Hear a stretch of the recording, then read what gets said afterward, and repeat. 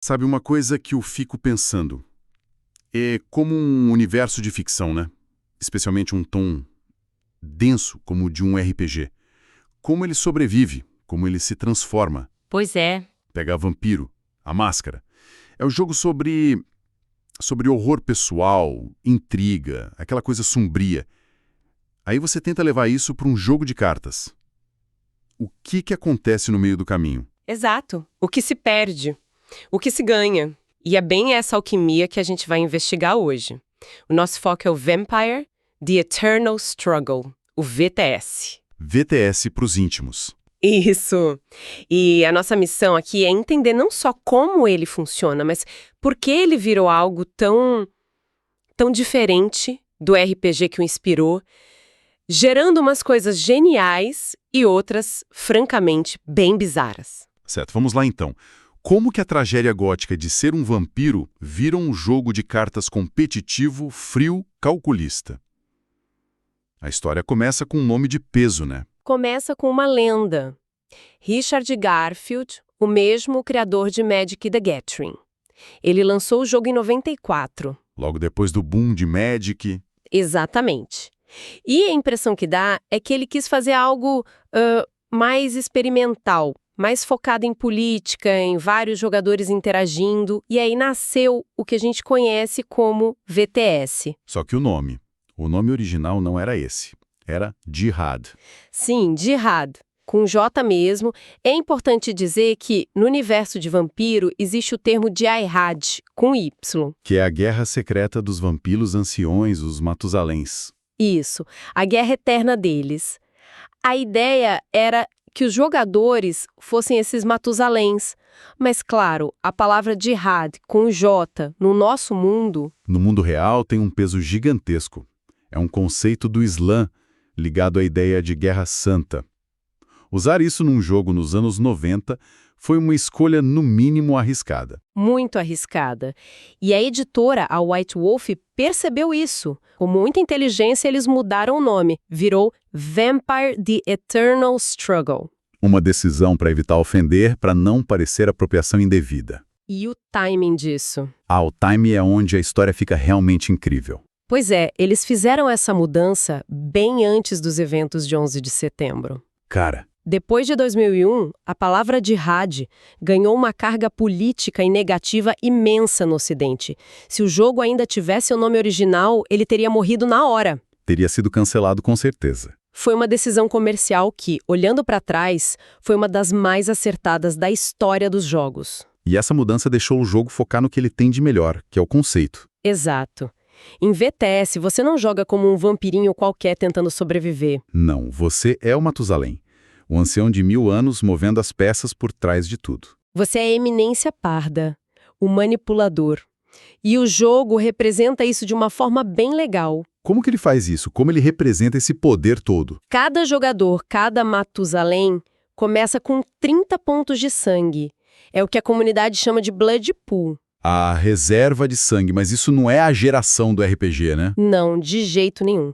Pensa nesses 30 pontos como sua influência total. É seu dinheiro, seus contatos, seu poder oculto. São seus pontos de vida no jogo, basicamente. Zerou, você tá fora. Entendi. E qual é o objetivo? Não pode ser só ficar ali com os seus 30 pontos. Não. E a solução para isso é muito elegante. É o sistema de predador e presa. Como funciona? A sua presa é sempre o jogador à sua esquerda. E seu predador, quem te caça, é o jogador à sua direita. Ah, legal. Seu objetivo principal é eliminar a sua presa. Fez isso, ganha um ponto de vitória. Isso cria um foco imediato, né? Você sabe quem tem que atacar e sabe de onde vem o perigo. Evita aquela coisa de todo mundo ir pra cima do jogador mais fraco. Totalmente. Direciona o jogo. E tudo isso é gerenciado por um baralho que é dividido em 2. Certo. A cripta e a biblioteca. Isso. A cripta com fundo marrom é o seu elenco, seus vampiros. A biblioteca de fundo verde são as ações, os itens, os eventos, tudo que acontece no jogo. Vamos falar da cripta primeiro.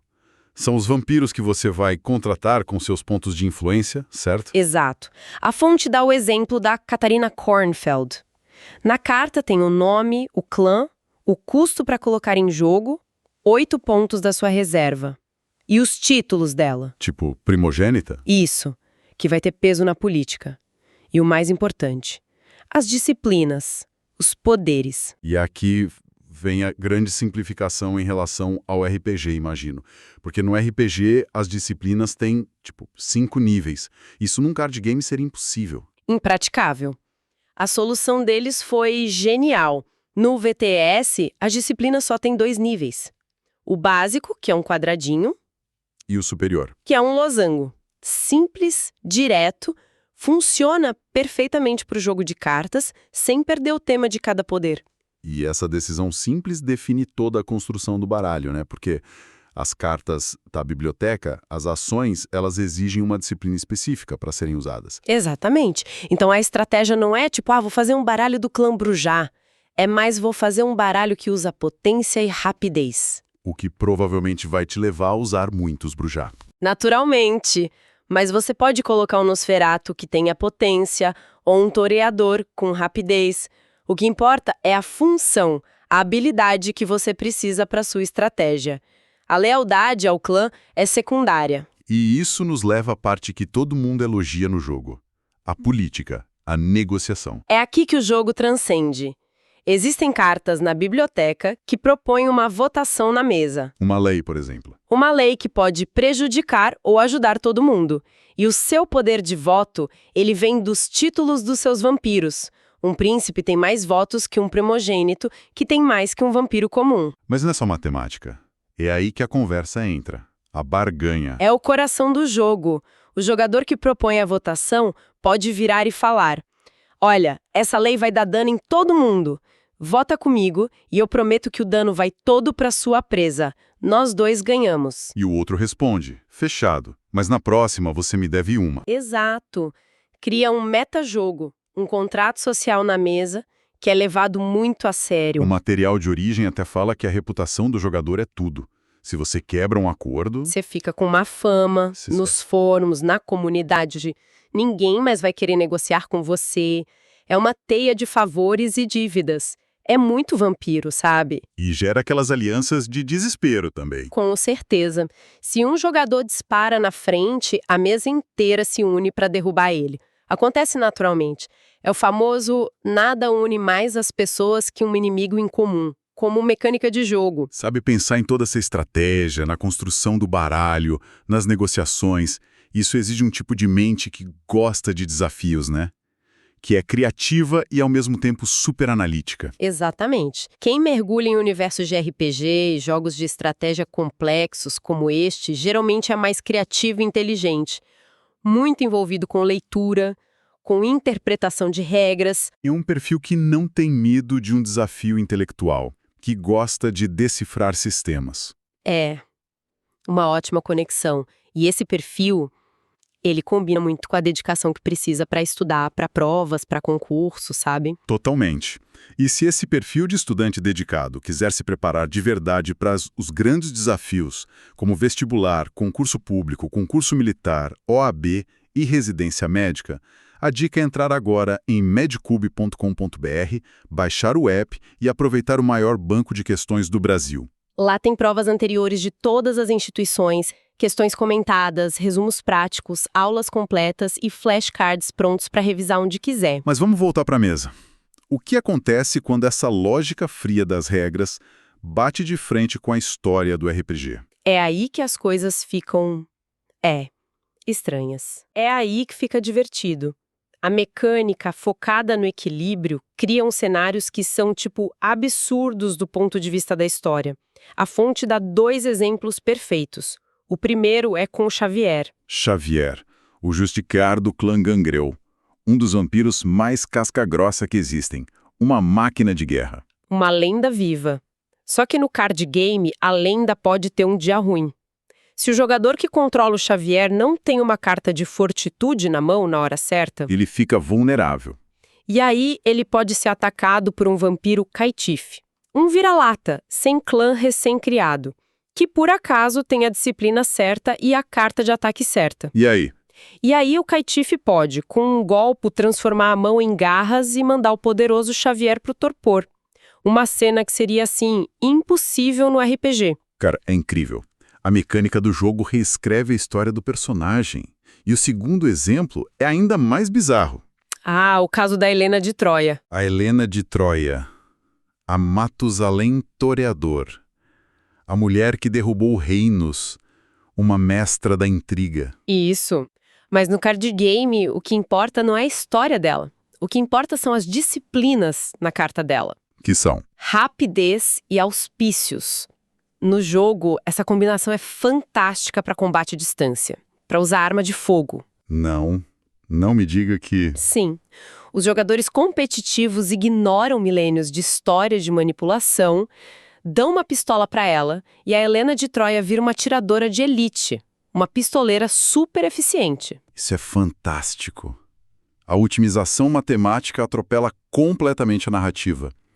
Faz sentido o que a fonte diz, que muitos jogadores de VTS nem conhecem o RPG. Para eles, o jogo não é sobre horror. É um sistema complexo de estratégia para ser resolvido. E essa comunidade focada na competição é a razão pela qual o jogo ainda existe, né? Totalmente. VTS foi descontinuado oficialmente faz anos, mas ele se recusa a morrer. E como ele se mantém vivo, se não tem carta nova sendo lançada? Através de uma cultura de print and play. A comunidade tem permissão para imprimir as próprias cartas. Sério? Sim! As últimas expansões foram lançadas oficialmente em PDF, já com essa intenção. Isso muda completamente a lógica de um card game colecionável. Inverte tudo, o valor não está na carta rara que você tem, mas na sua habilidade de usar a informação que está disponível para todo mundo. A barreira financeira, ela desaparece. Exatamente. E a comunidade é super organizada. A fonte fala da figura do príncipe. O que é isso? É tipo o jogador mais ativo de uma cidade ou região. É ele que organiza os torneios locais, registra os resultados num ranking mundial, ele mantém a chama acesa. Esses torneios não parecem ser eventos super sérios e competitivos. A descrição é de algo mais social. Muito mais. Acontece na casa de alguém. Começa com um churrasco, videogame, e o grande final do dia é o torneio de VTS. É um jogo que sobrevive por causa da comunidade. Pura paixão. Então, no fim das contas, VTS é um caso de estudo fascinante. Ele pegou um universo narrativo sobre horror e transformou numa arena de estratégia pura, de política, de interação. E sobrevive há décadas, não por uma empresa, mas por seus jogadores. E o material de origem ainda dá uma última ideia que eu achei bem legal. Ele sugere que mestres de RPG de mesa podem usar o card game como inspiração. Usar as artes, os nomes, os conceitos das cartas para criar histórias. Isso levanta uma questão interessante. O que acontece quando a gente aplica um sistema de regras rígido, competitivo, num mundo que é puramente narrativo? Essas cenas absurdas, tipo a Helena Pistoleira, talvez elas não sejam falhas do jogo. Talvez sejam portas para explorar cantos inesperados daquele universo. Quem sabe a melhor forma de entender um mundo de ficção não seja só seguir a história dele, mas também ver como as regras dele se comportam sob pressão. É quase um teste de estresse para Lore, que revela verdades que a narrativa sozinha nunca mostraria.